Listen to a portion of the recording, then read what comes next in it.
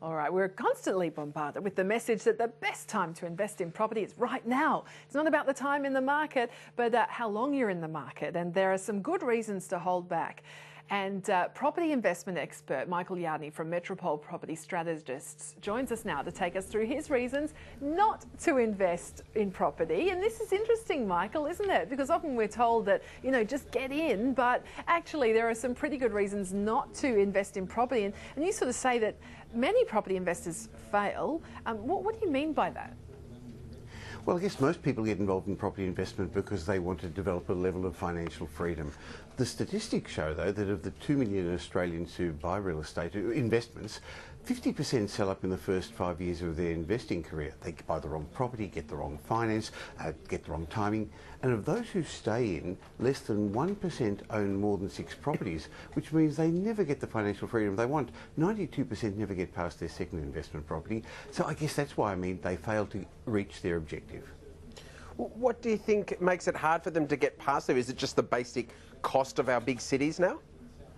No, these are people who already get in. We're not even talking about those who can't get in.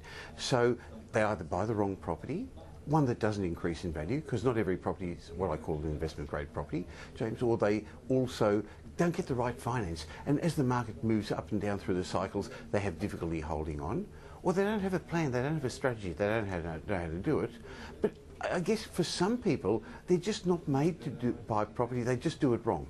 Yeah, so let's take us through, because you've got a list of reasons, wrong reasons to invest in property. First off, you know, don't do it for thinking that you're going to get great tax benefits. That's not necessarily going to pan out. That's a good one. You're right, Bridie, because what happens is at the end of every financial year, we see people who have seen their accountant, they say, you're paying too much tax, buy a negatively geared property. Now, in my mind, negative gearing isn't an investment strategy. Let's be clear, negative gearing is when the income you get doesn't equal the outgoings, your mortgage and the cost of running your property. And these people lose $1 in their investments and they save 49 cents in tax and they think they made money. No, they've lost money. Now, negative gearing is a finance strategy which basically means that you, for the first couple of years, have to support your property, but you need to buy a high growth property. So you don't buy it for the negative gearing benefits. It's not an investment strategy.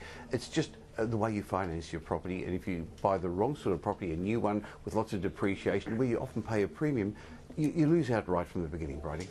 You also mentioned the emotional attachment. I think we're seeing, you know, markets just keep to be jumping up, and I'm being asked a lot, wow, I should buy now and I'm going to be priced out. What do you think about the emotional push as a decision? Yes, it's sometimes called FOMO, fear of missing out. You read every Monday the auction results and you see that people around you, the properties have gone up. And that's buying emotionally, James, and you're right that if you buy emotionally, you tend to make the wrong decisions. So that's, again, a good reason not to buy a property if you're buying for the wrong reason. And what about thinking that you can make money overnight? That's not necessarily going to happen. You can, but we all wish. Don't bank on it. Well, you probably get the same emails in your inbox that I do. You can buy 7 properties in 7 minutes or 10 properties in 10 years and you're going to become rich. Come to my seminar and you can go home, you can leave your day job. Property investment definitely has created very successful, financially successful people in Australia, but it's not a get-rich-quick scheme. It's unfortunately takes probably 30 years for most investors to become financially independent. See, for the first 5-10 years, they have to learn what not to do and they make the mistakes. Then they've got to unravel them. Then it takes at least 2 good property cycles to build a sufficient asset base to let capital growth work. So it's definitely not a get-rich-quick scheme. You're right, Bridie. And what about the emotion? We talked on the emotion, but the people buying, you know, in an area that's otherwise a holiday area. So they go there and fall in love and look at the prices and go, wow, it's so much cheaper than where I live now. I should buy here. And then it's not the reality. Well, it's interesting that the Gold Coast estate agents call them ice cream lickers. They come on the holidays and lick the ice cream and find a nice property. The problem is people try to get mixed uses for their property. They want something that's going to be an investment, but it could be a holiday home, it could be where they want to retire. And that poor little property has to work hard being more than one thing, and it doesn't usually do a good job at that. So I agree, James, that's not the right way to invest in property. That's another reason not to invest if you're looking for mixed use for it. And I guess a wrong reason as well is that you're sort of thinking that you can manage with the budget, or it'll be worth it. I'll just put up with it now, and it'll all be worth it very soon, as soon as this property cycle moves higher. You've got to be financially fluent. You're right, you've got to be financially fluent.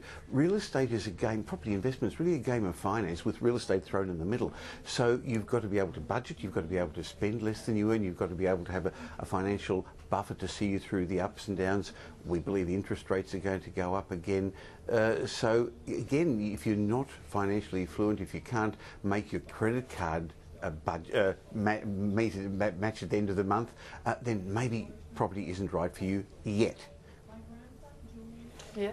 And just finally as well, I wanted to ask you too, because there are plenty of reasons to invest as well. And you've just launched a podcast, haven't you? Because, I mean, you're obviously had great success with the blog and your radio programs, but now there's a podcast as well? Well, it's really a way that people are consuming content in all spheres. And so, yes, I've been a little bit late launching my podcast, the Michael Yardney Podcast. I couldn't come up with a better name. But interestingly... It works, mate. You were blogging before everyone anyway. That's right. I have been for a long time. So, interestingly, there's been, over the first 3 weeks it's been there, it's been rating very, very highly in iTunes. Number one's Oprah. I'm not up with Oprah yet, and I probably never will catch up with her, but it's the number one ranking property, money and success podcast on iTunes and on Stitcher at the moment. Well done. So I'm very pleased. Now I've got to keep up the good content, and it's me with my thoughts and some of my mastermind group. Yeah. Jen, I've just been speaking with some friends during the week, and I know a lot of people are actually listening to the podcasts when they're in the car and driving, just to be learning. So maybe that soft voice of yours, you'll be overtaking Oprah very soon. It's the multitasking effect of podcasts, isn't it? You do it while you're doing other things. So it's really a new revolution. A lot of people are doing it. Yeah, absolutely. Well done with that, and looking forward to chatting to you again soon. Thank you so much for that, Michael. My pleasure. Thanks for having me. Michael Yardney there from Metropole Property Strategists. Well, coming up next, we've got some more open for inspections today to have a look at around the country.